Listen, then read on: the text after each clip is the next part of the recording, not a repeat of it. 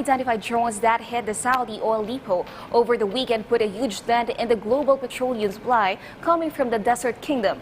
The nations worldwide are scrambling and bracing for the impending surge of prices as a result of substantial shortfall in production. PTV correspondent Mark Vitalco on government safety net of a month-long buffer supply for oil to tide the nations over, plus the things beyond its control like the looming big-time price surge the country has to bear in this report. The Philippines has enough oil supply for the next 30 days.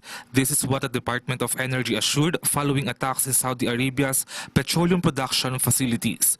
According to Energy Secretary Alfonso Cusi, we have enough inventory to last an entire month. We will be monitoring how the global market behaves, but what we would like to assure is that the supply, the inventory that we have is sufficient to keep our economy running. The DOE was alarmed by the drone attacks said to have reduced world supply by 5%. About 76% of our imported oil comes from the Middle East, 37% of which comes from Saudi Arabia. But Cusi announced the oil-rich country was able to restore their facility and the production will revert to normal shortly. In conjunction, the DOE wants to expedite the release and distribution of the strategic oil reserves of our country in case of emergency happens. We have been working on it. There are just some obstacles that we are working on, including the storage facilities.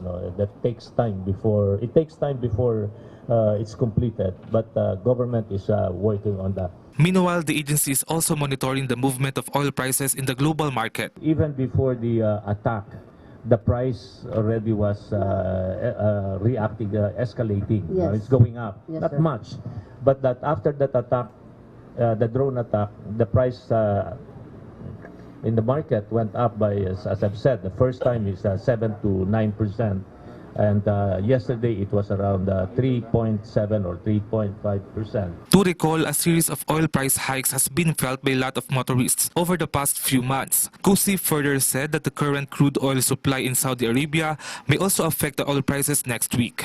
Siyempre, yung pamasada namin araw-araw nahihirapan kasi mataas yung presyo ng gas. So, ito ay asahan natin na ngayon, tumataas na yung presyo, nagkaroon ng announcement, but we will feel that next week. Mark Vitalco for The Nation. Beyond the headlines, it's news with a different perspective. before the day ends, For events that shape our views and impacts the world around us. we keep you up to speed. With Richmond Cruz and Charms Espina. PTV News Headlines, your comprehensive nightly news source, only here.